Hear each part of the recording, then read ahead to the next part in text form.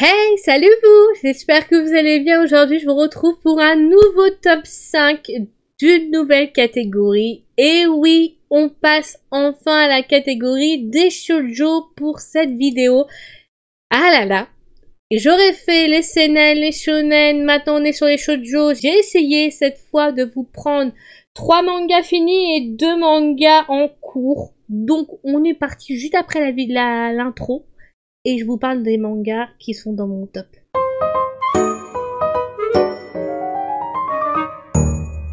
Donc on va commencer avec le premier manga présent dans ce top 5. C'est bien sûr le manga A Scene of Affection de la mangaka Suo Morishita et c'est édité par les éditions Akata.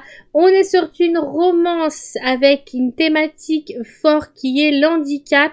On a une jeune femme qui est atteinte de surdité depuis sa naissance et qui va faire la connaissance d'un jeune homme qui a toujours vécu à l'étranger et qui va revenir au Japon et qui aime voyager dans le monde entier pour apprendre les différentes cultures du monde. J'ai été touchée par cette histoire, il fait partie de mon top parce qu'on a deux personnages très touchants, une histoire très poignante, très feel good, sans prise de tête, qui se lit facilement avec des personnages qui sont très matures et qui sont à l'université en train de faire leurs études.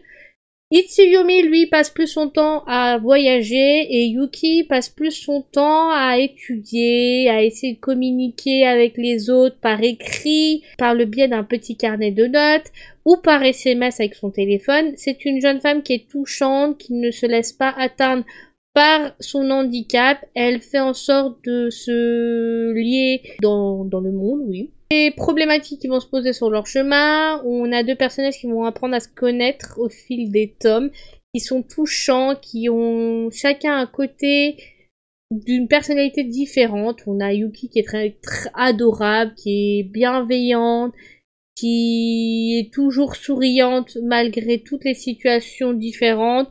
Itsuyumi est un jeune homme qui aime bien se lier d'amitié avec différentes personnes, même les personnes qui le rejettent ou qui ne veulent pas être son ami. C'est un personnage qui est touchant, qui veut apprendre à connaître pas mal de monde et les dessins sont juste magnifiques. J'ai beaucoup aimé la patte de la mangaka qui est impressionnante. On a Itsuyumi, on a Yuki qui est juste adorable, juste mignonne et qui m'a impressionnée par sa ténacité, sa façon d'être. Itsuyumi aussi est touchant, il a une personnalité à lui, il peut paraître froid au premier abord, mais en fait, quand on apprend à le connaître, c'est un jeune homme qui est juste attachant et qui est vraiment passionné par ses voyages qu'il entreprend. Qui va très vite se lier à Yuki et qui va ressentir très vite des choses pour elle et ça va être une belle histoire d'amour qu'on va y suivre entre ces deux-là. Ça m'a touchée, je m'ennuie pas une seule seconde quand je lis les tomes, ce qui fait que c'est une des raisons qui fait qu'il est dans mon top. Parce que quand je m'ennuie pas, que je suis impatiente d'attendre les prochains tomes, c'est que l'histoire est un réel coup de cœur suprême et que je regrette pas de m'être procuré cette série. C'est un shoujo que je peux vous conseiller. Il est rempli de poésie, il est très doux, adorable, avec des personnages qui sont sains l'un envers l'autre, qui communiquent beaucoup, qui apprennent petit à petit à se connaître et leurs sentiments vont vite apparaître, mais en prenant quand même leur temps pour poser les mots sur ce qu'ils ressentent. Vraiment, je vous en ai tellement parlé de ce manga. Si vous ne le connaissez pas, courez. Ou alors regardez l'anime. Vous allez être touché par l'univers qui est très poétique, très touchant, très beau et qui, regardez-moi cette beauté, c'est les personnages. Ah, voilà quoi. Yuki, elle me touche en plein cœur, elle m'envoie du baume quand je lis chaque nouveau tome. Et Itsuyumi aussi, en fait, c'est deux personnages qui me mettent du baume au cœur et que je suis très contente de suivre leur histoire. Le reste, je vous montre pas. Donc, il fait partie de mon top. On part sur le deuxième manga qui fait partie de mon top 5, My Love Story. Oui, Yamada Kun, level 999 des éditeurs Mana Books et de la mangaka Mashiro. C'est un manga qui mélange deux univers que j'affectionne particulièrement, les jeux vidéo, la romance, saine, mature, feel good, tranquille et qui démarre tranquillement et avec des personnages touchants et qui ont chacun une personnalité très différente qui donne des situations très atypiques, loufoques et marrantes. On a quand même d'un côté Akane qui est une jeune femme très expressive, qui est très sincère dans sa façon d'être. Elle est aussi très émotionnelle. De l'autre côté, on a Yamada qui lui paraît froid et distant, mais au fil des tomes, on apprend comment il se sent, comment il est et pourquoi il a cette carapace. On va se dire qu'il se protège un petit peu, mais que c'est son caractère, ce qui fait qu'on affectionne particulièrement les personnages qui ont une personnalité différente. Comme on dit, les contraires s'attirent, mais aussi ceux qui se ressemblent s'assemblent. Faut se dire que tous les genres de personnalités différentes peuvent s'attirer et ceux qui se ressemblent peuvent s'attirer aussi. J'aime bien beaucoup le côté où on a les personnages du jeu vidéo, là où ils se sont connus, les deux personnages, et qu'ils apprennent à se connaître. Ça n'a pas commencé très bien au premier abord, mais au fil du tome, ils apprennent à se connaître, ils se lient d'amitié, pardon, et petit à petit, il va y avoir des sentiments qui vont pointer le bout de leur nez. Waouh, je ne suis pas du tout... J'ai bien compris ce que je me suis dit. Du coup, il fait partie de mon top. Parce qu'il est exceptionnel et que j'aime beaucoup l'histoire qui mêle les jeux vidéo, l'amour, l'amitié en même temps, les problématiques qui vont se poser et la relation qui va se faire petit à petit au fil des tomes. C'est un manga feel good qui se lit facilement, tranquille et qui est sans prise de tête. Et que je m'ennuie pas une seule seconde en fait quand je lis ce manga. Donc le deuxième manga présent dans mon top. Le troisième manga, c'est une série complétée mais qui date pas d'aujourd'hui et c'est un manga qui était à ma sœur au premier abord.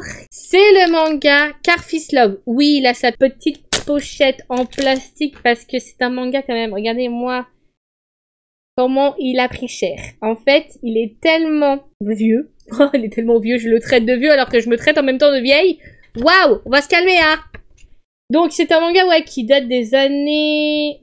Oh, j'ai tellement peur de le feuilleter tellement il est fragile. Alors attendez, 2005. Ouais, donc il a 20 ans. C'est un manga qui a 20 ans. Je vous laisse imaginer pourquoi il est comme ça. Après, nous, à l'époque, on ne faisait pas beaucoup attention à nos mangas parce que, on était jeunes et qu'on était insouciants et qu'on se rendait pas compte de la valeur des livres à l'époque. C'était que la question. Donc ouais, c'est vrai qu'on le posait un peu n'importe où. Du coup, il a un peu des taches partout, le pauvre. Il a tellement... Regardez-moi. Si je pouvais le racheter, mais je crois que le manga n'est plus commercialisé. C'est un premier shoujo que j'avais découvert grâce à ma sœur, qui va nous raconter l'histoire de Karine, qui est juste là avec sa tronche. Elle est atypique au premier abord, mais petit à petit, le look va changer.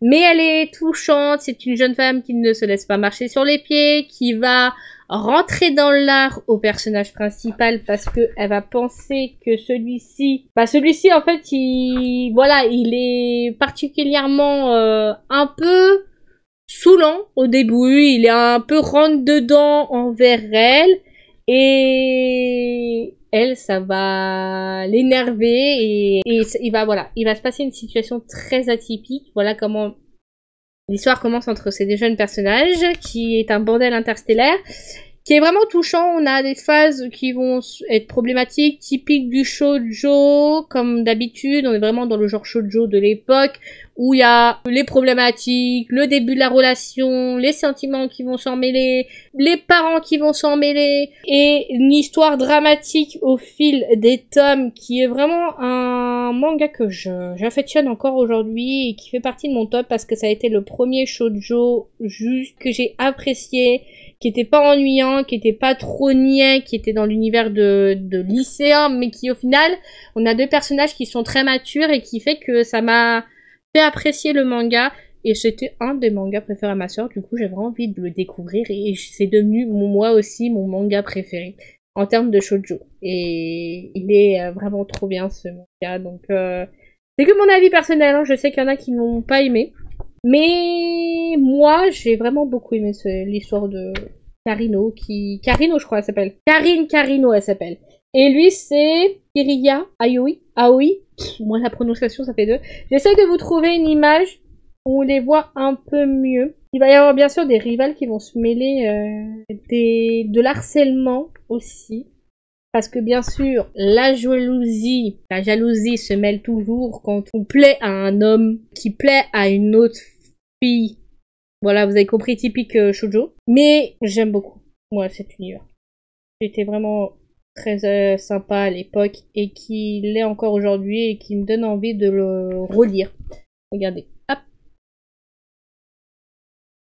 Et voilà, donc il fait partie de mon top. Je voulais le résumer assez rapidement pour ceux qui voudraient qui seraient intéressés du moins, pardon.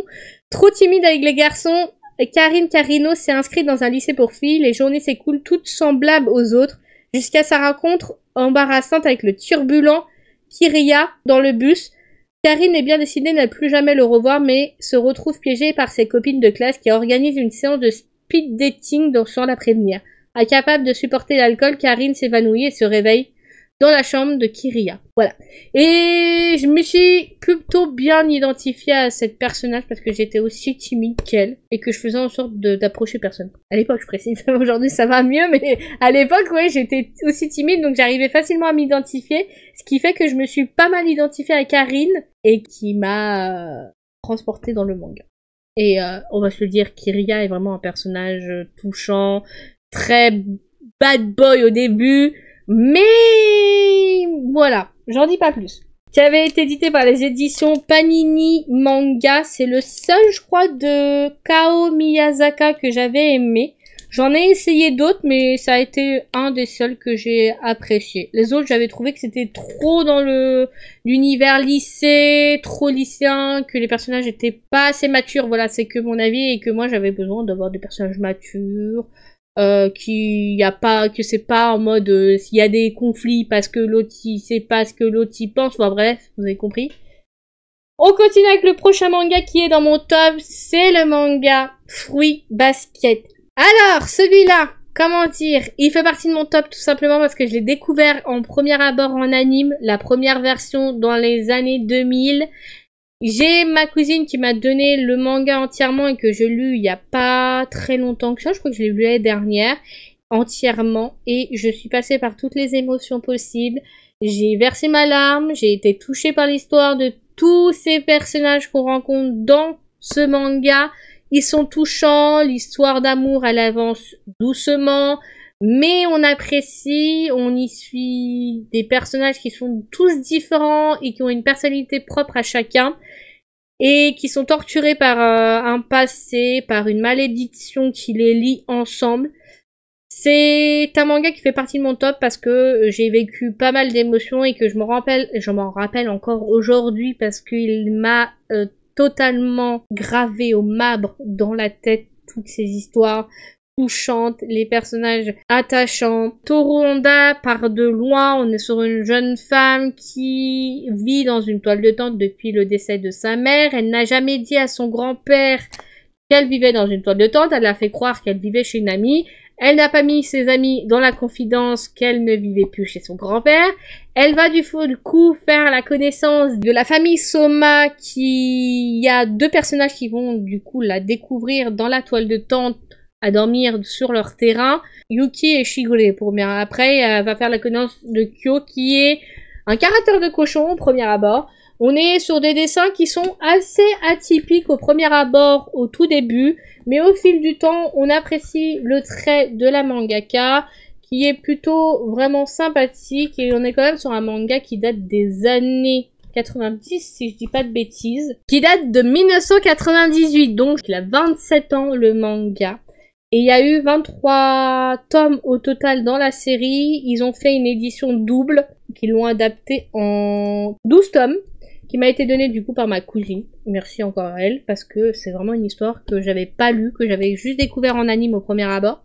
Et j'ai totalement eu un coup de cœur pour l'histoire, qui du coup fait partie de mon top, parce qu'il nous transporte par pas mal d'émotions, pas mal de choses, Et il doit être lu au moins une fois dans sa vie parce que c'est une belle leçon de vie.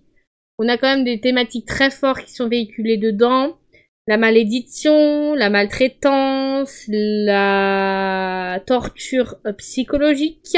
Donc on y suit l'histoire de Toru qui va faire la connaissance des Somai qui sont maudits par cette malédiction qui fait que dès qu'ils sont en contact avec l'un des 7 opposés du leur, ils se transforment en les 12 animaux du zodiaque chinois.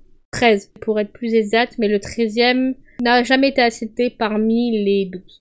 Je vous laisse découvrir l'histoire, mais en tout cas, il fait partie de mon top. C'est une belle histoire, une belle leçon de vie. Les personnages sont attachants et j'ai adoré tout le long de l'histoire ce manga et qui fait partie encore de mon top et que pour le moment, rien ne l'a dépassé. Fruit Basket de la mangaka Natsuki Takaya et c'est édité par les éditions Delcourt Tonga. On a Shigure, Yuki, Toru, je sais jamais prononcer correctement, c'est extraordinaire. Est-ce que je peux vous trouver notre cher Kyo? Ah, notre cher Kyo qui est juste ici. Et on part sur le dernier qui fait partie de mon top 5 des shoujo. C'est le manga Mars. Mars, c'est pareil, c'est un manga qui est bourré de thématiques fortes, le suicide, le deuil, l'harcèlement sexuel, le viol, je crois. Je suis pas sûre. Mais c'est un manga qui a des thématiques fortes, qui va nous raconter l'histoire d'amour entre deux personnages torturés par leur passé, leur vécu. À tous les deux, on est sur une histoire d'amour juste belle, poignante, qui nous transporte par toutes les émotions possibles que je pensais pas autant apprécier. Je l'avais découvert en série télévisée au premier abord. Et j'ai vu que Panini Manga allait éditer du coup en édition parfaite le manga. Je me suis dit que c'était le moment que je le lise en manga. Et j'ai pas été déçue en fait, j'étais impatiente d'avoir les prochains tomes.